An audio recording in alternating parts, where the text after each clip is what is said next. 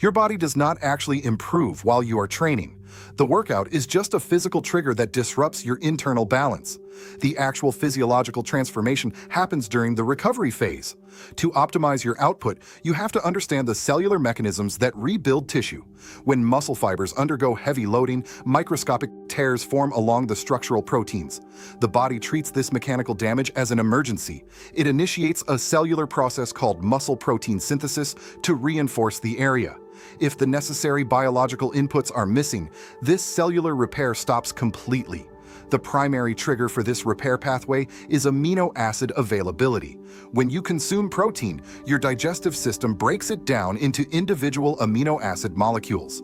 These molecules enter the bloodstream and bind to cellular receptors, signaling the cell to start building new protein strands.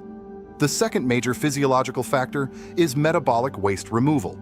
Muscular contraction splits energy molecules, which releases hydrogen ions and creates an acidic environment in the tissue. This acidity reduces muscle efficiency.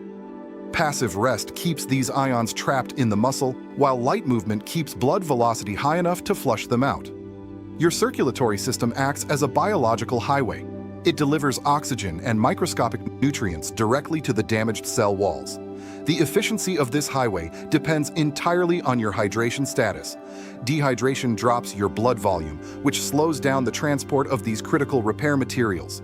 The final variable is nervous system regulation. Intense training forces your body into a sympathetic state, which spikes stress hormones like cortisol. Cortisol is catabolic, meaning it actively breaks down molecules. To allow cellular repair, your body must shift into a parasympathetic state to suppress that cortisol. This nervous system shift is driven by respiration and circadian rhythms. Slow, controlled breathing patterns stimulate the vagus nerve to lower your heart rate. Later, during deep stages of sleep, the pituitary gland releases growth hormones that accelerate cellular division and tissue healing. When you view these biological processes as a controlled experiment, your physical performance becomes entirely predictable.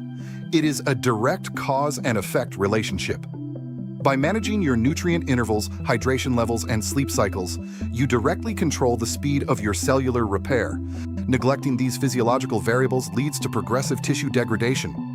Hard training without the proper biochemical support forces the body to pull resources from other systems, causing a drop in total output. True physical adaptation requires a balance between cellular breakdown and cellular reconstruction. Approach your biological recovery with the same precision you bring to your training metrics. By providing the exact structural inputs your cells need, you secure a predictable increase in physical capability. Tap the screen to follow for more daily operational system breakdowns.